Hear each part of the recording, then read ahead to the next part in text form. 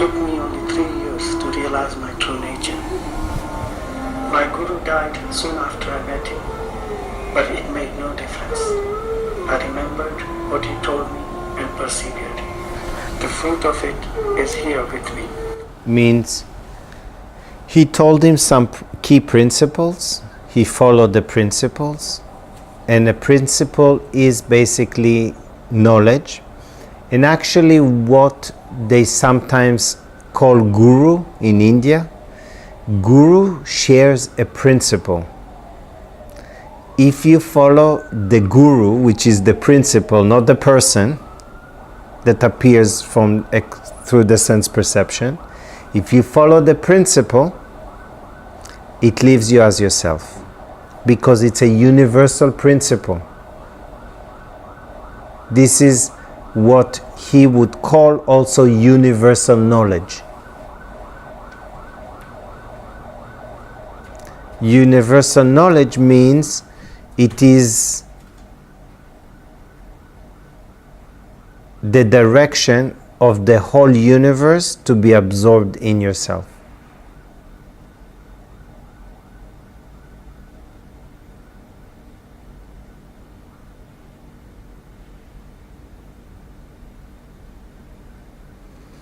Universal knowledge is also not personal. So what happens, one of the distinction one can see, when someone shares knowledge and they call it my knowledge, it's not universal knowledge. Universal knowledge cannot be named as mine. It actually removes the mine, disappearing to the universal knowledge, and the universal knowledge merges into yourself, which is prior to all of it. So what people were talking about is actually intellectual knowledge, what they call knowledge. Yeah. You know, you read books and you become knowledgeable in a subject. Yes, so true knowledge takes you beyond the mind, leaves you prior to thoughts. You know,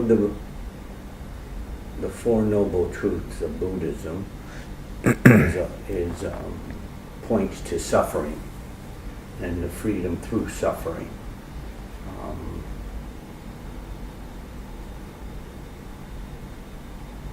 Can a mind that is not suffering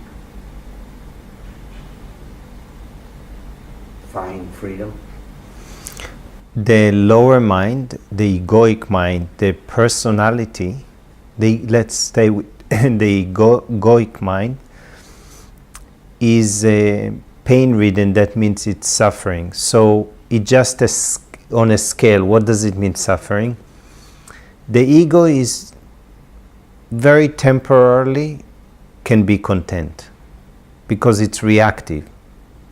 It's reactive to bodily sensation. It's reacting to thoughts it likes. It reacts to thoughts it doesn't like.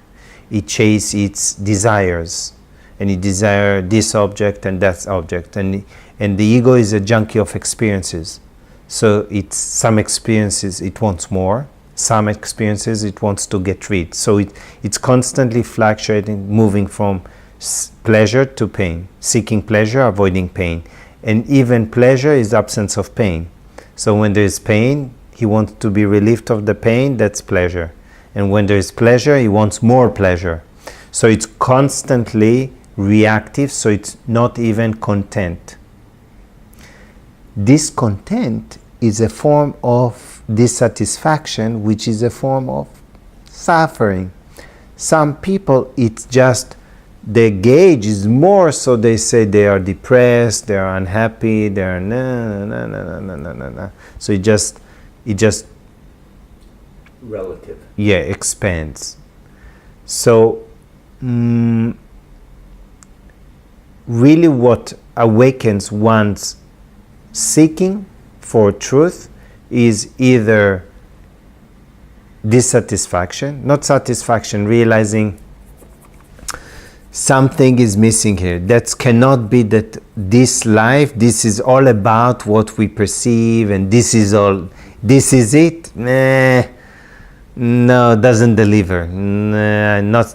This is not, has not enough depth. Yes, that's one. Another can be suffering, really suffering, so wants to break free of it. Yet both of them, they are suffering. Just a little bit, and one is more. So that's one. The other is fear. Fear is a great motivator, because as long as I believe that I'm a separate entity, I'm married to fear. Ego and fear are inseparable. You cannot separate them, because what drives the ego is desire, right? In desire, there's always built-in fear. If I want something, I'm afraid I'm not going to get what I want. And when I have what I want, I'm afraid I don't want to lose what I have. Yes? So fear is basically on a very simple, I'm afraid to lose what I have, and I'm afraid I'm not going to gain what I want. So because the ego is more attached to what it wants than what it has, that means the ego is married to fear. So you can never break out of fear if you identify yourself as a person, a separate entity. So a person can be, we can see a person and we say, he's a content person. He's not free, but he's content. What does it mean? It means he's not dissatisfied with what he has. He's whatever he has in life and whatever life gives him, he's content. Is that person, would you call that person illuminated? No, it depends who is he identified with.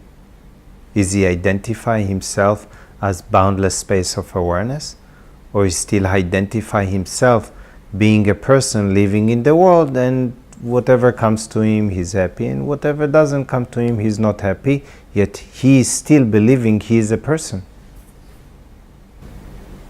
But a man or a woman of that nature would not be looking for anything, would not be looking to find out their real self. Then they're just passing through life. At ease, content, satisfied. Well, This is not necessarily experiencing this supreme peace. But these people, it does create a peaceful situation. We see if we have a whole society content, we have a peaceful society.